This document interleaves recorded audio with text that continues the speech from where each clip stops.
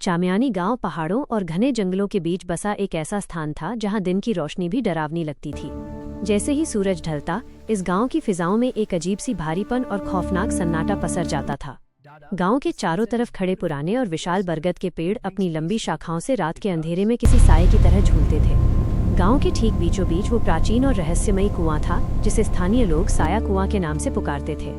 कहते हैं कि आधी रात के बाद उस कुएं के पास जाने वाले को अपने पीछे किसी के भारी कदमों की आहट सुनाई देती थी। गांव के सबसे बुजुर्ग व्यक्ति दादा रहमान अक्सर हुक्का पीते हुए बच्चों को चेतावनी देते थे कि रात को जंगल की तरफ मत जाना। वे कहते थे कि वहां कुछ ऐसा है जो इंसानी दुनिया का नहीं है, पर कोई नहीं जानता था कि वो असल में क्या है। इसी बीच शहर से आए 14 साल के आरिफ ने जब इस कुएं की कहानियां सुनी तो उसके मन में डर से ज्यादा जिज्ञासा पैदा हुई। एक काली और तूफानी रात को जब पूरा गांव गहरी नींद में सो रहा था, आरिफ चुपके से अपनी टॉर्च लेकर घर से बाहर निकल गया।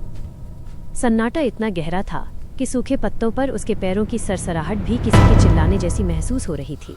जैसे ही वो उस ठंडे और काई जमे कुएं के पास पहुंचा, उसके कान में एक बहुत ही धीमी फुसफुसाहट सुनाई दी, आरिफ। आरिफ का खून जम गया।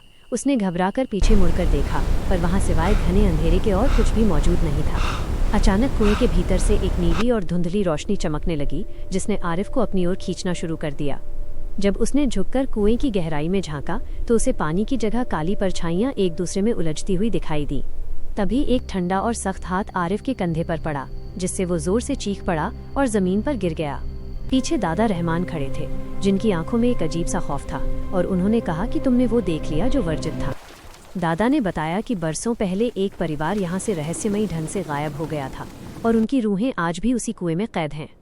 आरिफ का मन अब भी अशांत था। उसे लगने लगा था कि कुएं की वो रूहें उसे रोज रात को खिड़की से पुकारती हैं। अगली रात वो फिर हिम्मत जुटाकर गया, और जैसे ही उसने टॉर्च की रोशनी कुएं में डाली, नीचे का पानी खौलने लगा।